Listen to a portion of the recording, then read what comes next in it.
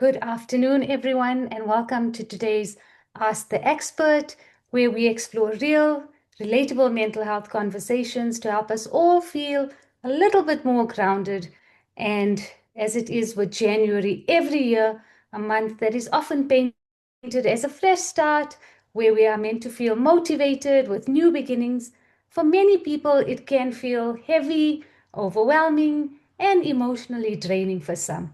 Instead of feeling refreshed, some of us are carrying stress from the previous year, dealing with financial pressure, comparison, and back to work anxiety, and that nagging feeling that we're just not doing January right.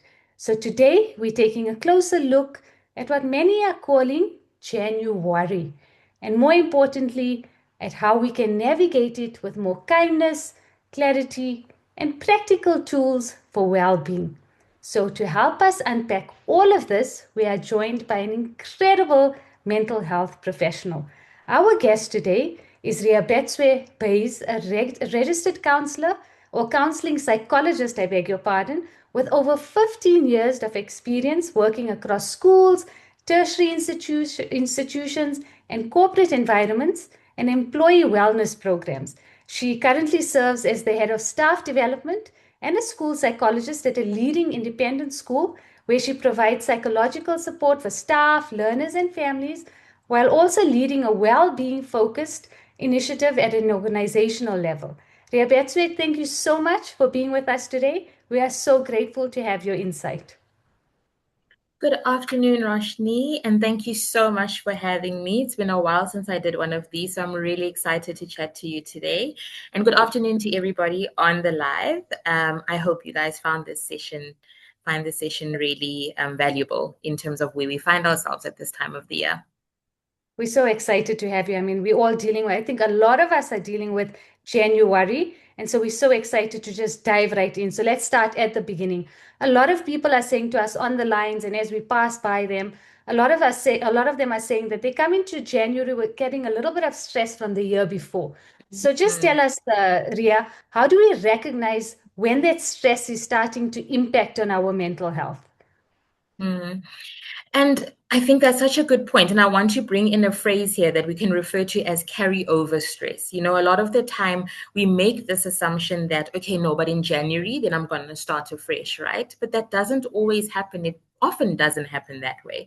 So people are experiencing what is called carryover stress, and this can present in many different ways. A lot of the time we use this word stress very interchangeably with other things, but knowing that you're stressed is being able to recognize what's happening in your body, for one. So if you're feeling tired, if you're feeling low energy, you're struggling to sleep, your appetite is changing, or things like just maybe not being in the best of moods, feeling emotionally flat, being irritable, feeling overwhelmed.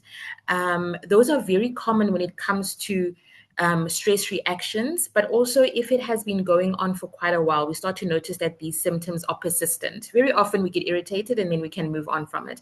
But if they're persisting, if they're starting to impact on your functioning, on your relationships with other people, then we're noticing there that, okay, this stress is actually being quite impactful on my functioning as a whole. And that's really helpful to recognize what that is, right? So for those of us that are feeling like January is just too intense, and I think there's a lot of us that are feeling it's just too intense because it feels like it's just come too soon, right? So what Mhm, are some mhm. small practical habits that can make this month feel less emotionally charged? So I think as a start, Roshni, we really need to start looking at January not as a reset, because a lot of people look at January as this huge reset. I am going to start again. I'm going to do everything differently. But January isn't about a reset. Maybe we should start looking at it as a transition from one year to another. And that means that we need to lower our expectations for January rather than creating this huge thing in our minds, but also the way that we speak about it as this is my year and everything is going to be great. I'm not saying that that's unrealistic, but we need to just lower our expectations so that that stress reaction that comes in with all the pressure doesn't have such a big impact on us, right? it. I'd also, recommend to people to keep their routines quite simple and predictable. There's nothing that will stress you out more than completely changing your routine, than doing things drastically differently from how you were doing them just a month ago. I would say try to limit making big decisions regarding everything in your life. I think it needs to be more of a methodical sort of process. Think about things, plan, make a decision here, see how it goes, and then maybe move on to the next thing. I think it's important not to just focus on productivity, but also looking after yourself. You need to factor in rest, you need to factor in relaxation, you need to factor in self-care. And maybe one at a time, right? Rather than saying, this is me for the whole year. Maybe it really is about a day at a time to start off the year and see how things go, settle into things. If you're changing your routine, give it time for things to settle down a little bit, and then you can start with the bigger stuff. So I definitely think that it needs to be more of a, let's be realistic with our expectations. Let's keep it simple. Let's make the decisions that we can right now. Let's look after ourselves, and let's take it a step at a time. I think that's the best way to go about it. And I love the fact that you say we see January as a reset, and we need to continue that routine. And if you continue that routine from December into January, it's not that much of a reset. And it creates Exactly. less anxiety.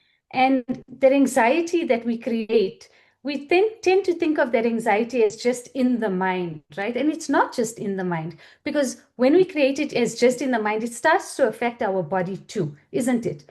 And Exactly. then, can you Exactly. talk about that connection between the stress, the worry, and the body? What does that anxiety look like physically? And what should people be noticing, Ria? Mm.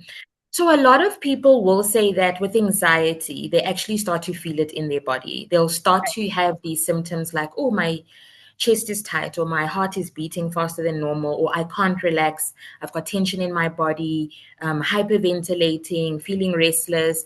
And that is your body indicating to you that, hold on, there's a threat somewhere. So back in the, I don't want to say olden days, but a long time ago, the threats were very different from now. Now the threats are obviously, stress because I've got a deadline, because I've got to pay school fees, because I've got to do this, I've got my matric results coming out. Those are the threats that we are experiencing now, and our bodies are reacting to that. So normally people will feel those physical symptoms, but then there are also those emotional symptoms as well, and those mental symptoms also, which would be the overwhelm, which would be the not being able to feel calm, not being able to switch off, can't concentrate, not being able to focus on things, overthinking the whole time. So very often you will experience both. Your body is indicating that, hold on, there's a physical response to the stress, but then there'll be the emotional and the cognitive symptoms as well, and it's all connected. Even if you don't experience them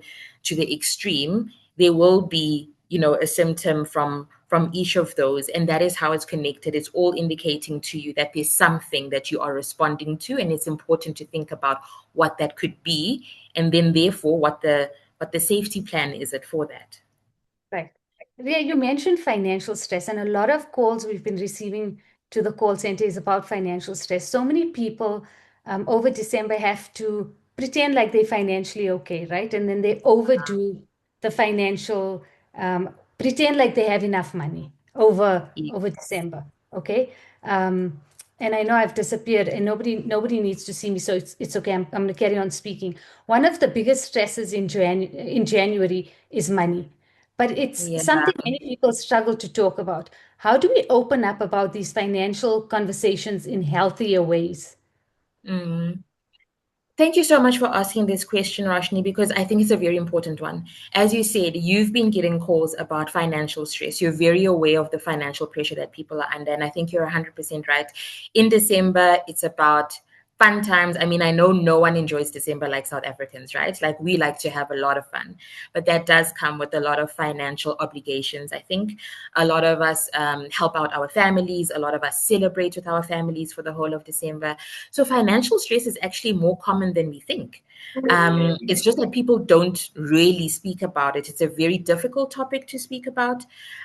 So I think really we need to start being honest about it. And by that, I don't mean going around and telling everybody that you've got financial problems, but for the people in your circle, for the people that are important to you, that are involved, I think it needs to start with honesty and not shame, not feeling shameful about not having the money that you had 2 months ago, right? And being honest about this is the situation that I find myself in. You're not blaming other people, you're not comparing yourself to other people, but you're saying, this is where I am right now. And I think the bulk of that conversation also needs to focus on problem solving, right? Okay, now that I find myself here, what is the plan? What am I going to do about it? And a lot of the time, if we avoid this difficult conversation, that leads to more anxiety. So I think it's important to be honest, to realize that a lot of people have actually probably been in that position and will understand, and to start problem solving around that. Okay, I'm not going to be able to do 1, 2, 3, 4, 5 until I'm okay again. How can we work around this?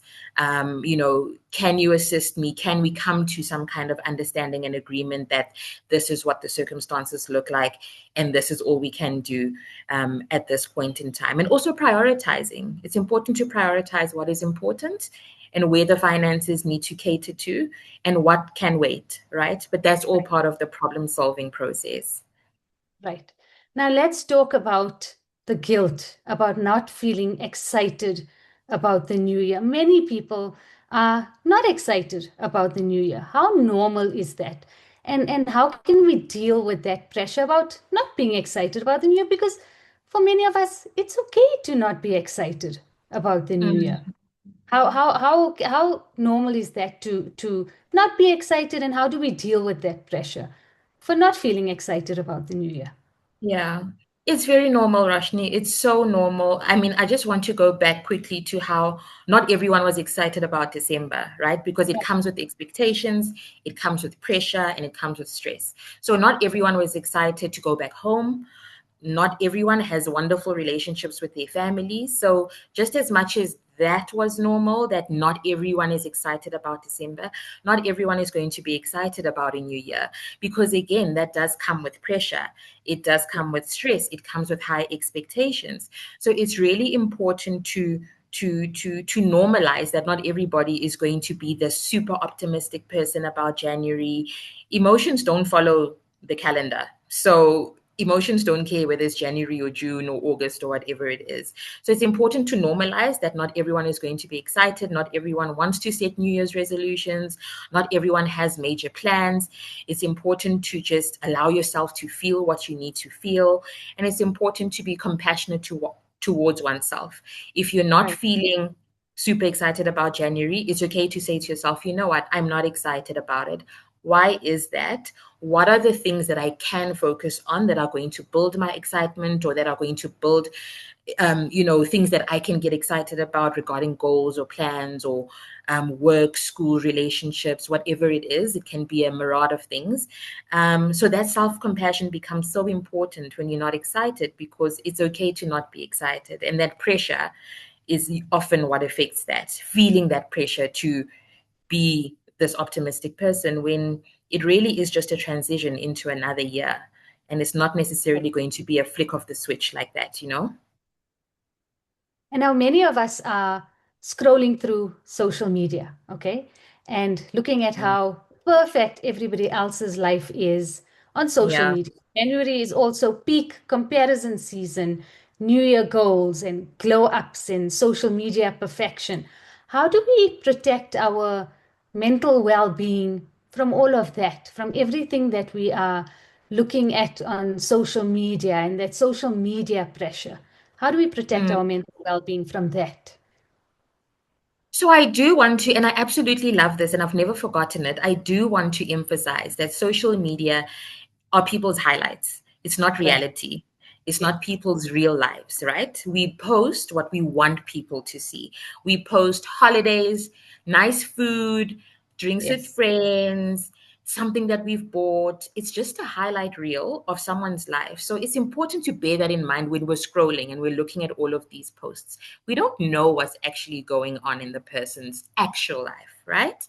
But I think what is important, and I've encouraged this in so many people, especially young people, young adults, teenagers, if you are looking at content that really is triggering you to compare yourself to them and that's making you feel terrible, I often say you need to consider unfollowing and muting that content. If it's making you feel so bad and it's affecting your well being to that extent, you should not be looking at that constantly, right? It's important to tap back into your values, what is important to you. Maybe you should be following things that are a bit more motivational, that are not going to trigger that comparison response.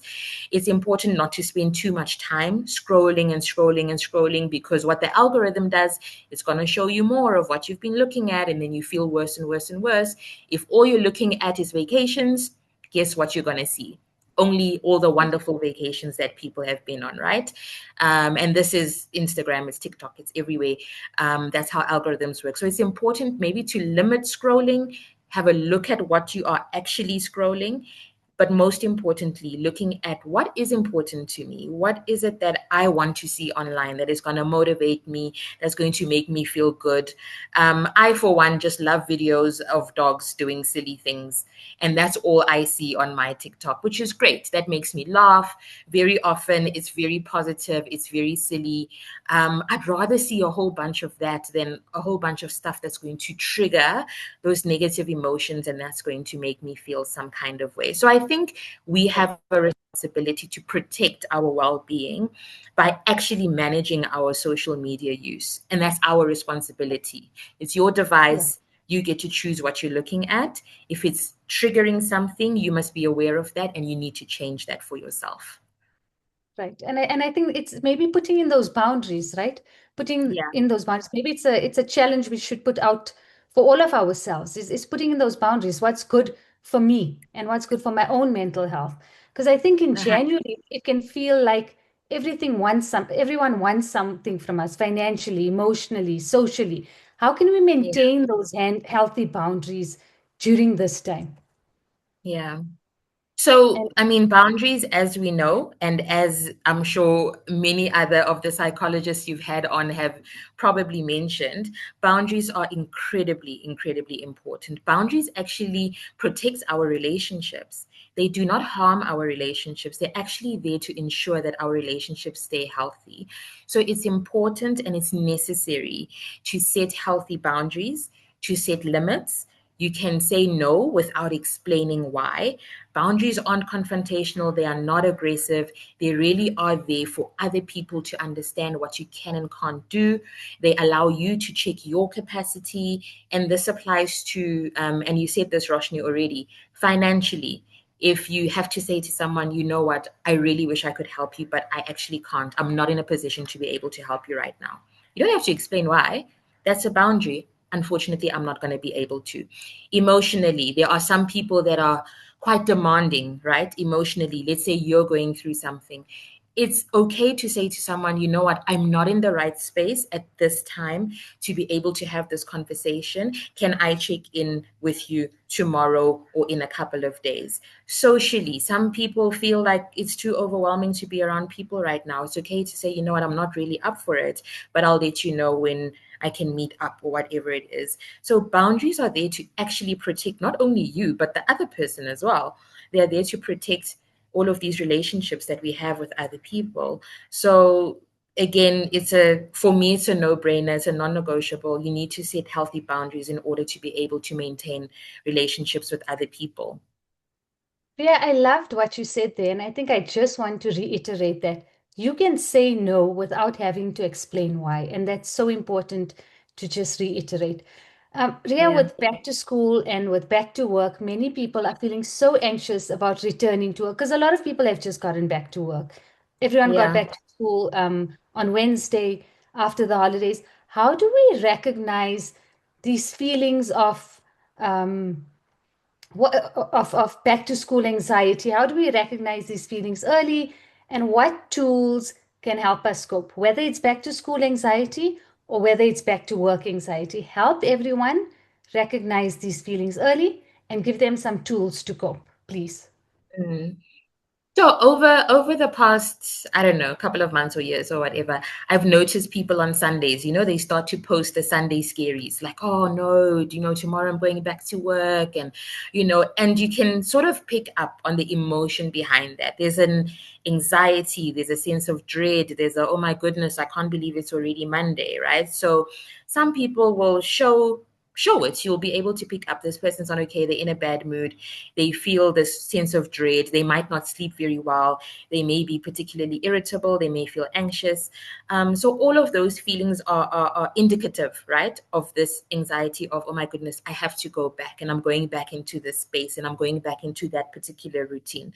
So all of those feelings are normal, but I think what is important is that we need to recognize that anytime something changes, is going to elicit a stress response.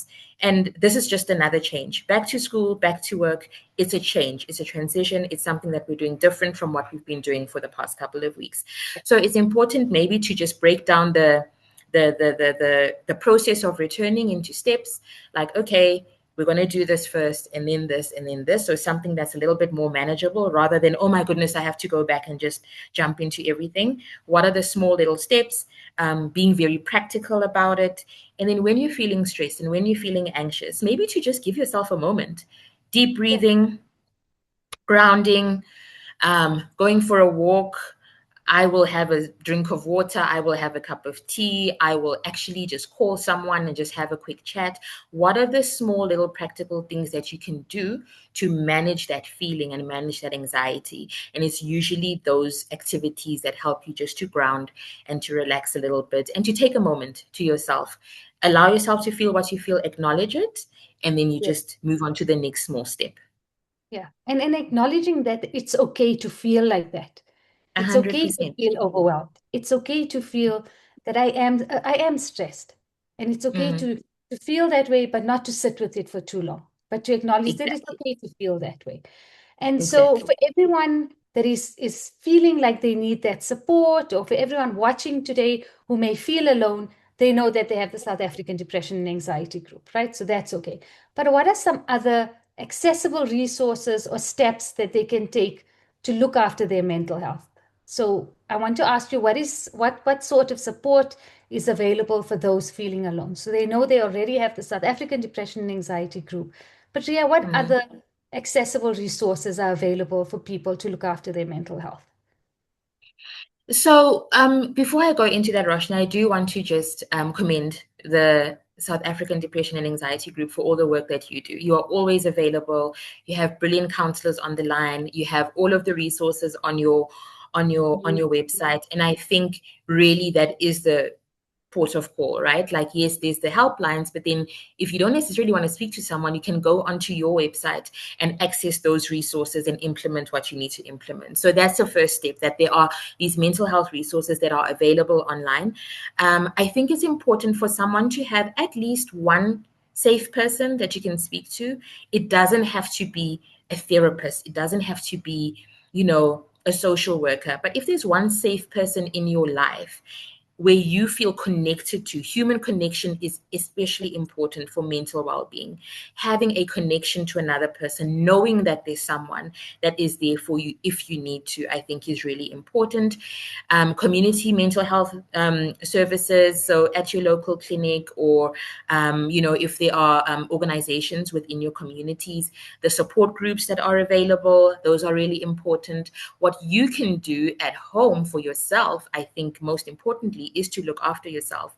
We were talking earlier on about how the physical is connected to the emotional and to the mental as well. It's important to make sure that you're sleeping well, you're eating healthily, you have a good routine, you're looking after yourself physically, you have a support system, you're engaging in activities that are actually good for you, things that you enjoy doing. All of those serve as buffers Right. when we are going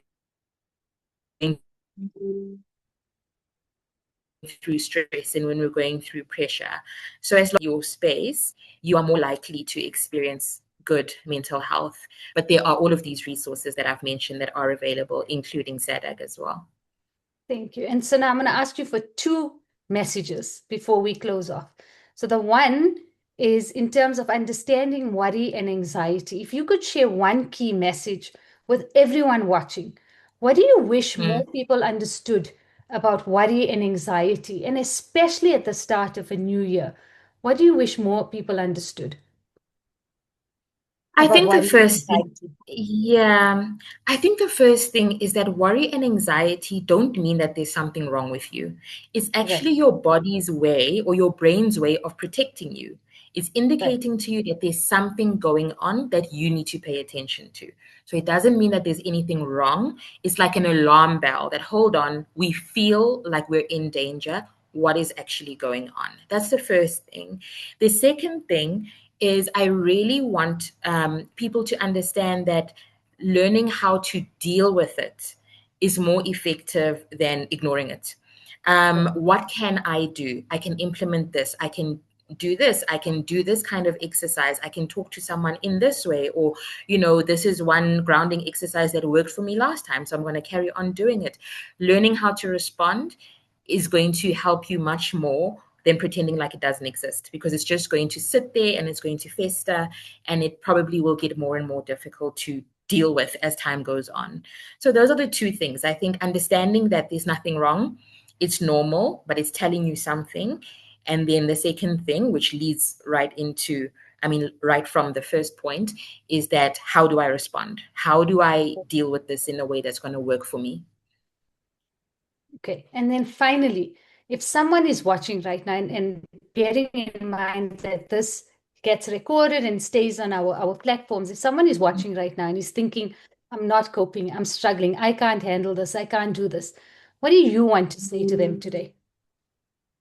Firstly, is that, on the topic of January, look, Yes. you don't have to have all the answers today. You don't have to know all the answers today. You don't have to have it all figured out today. That would be unrealistic to have all the answers at this particular point in time. Give yourself time. As I mentioned earlier on, it's all about easing into the year, planning, figuring out what is for you, what is not, what is working, what is not, right? And then the second thing, which I think all therapists probably say all the time, and all mental health advocates, such as yourself, say all the time, is that help is available. You are not alone. You don't have to deal with any of whatever it is that you're going through on your own. There's always someone that is there, that is willing to listen. And once you feel heard, you're able to start planning on the way forward. So, I think that encapsulates, our discussion today, that it's okay. You don't have to have all the answers. It's a process, but there are always people that are there to help you. Amazing.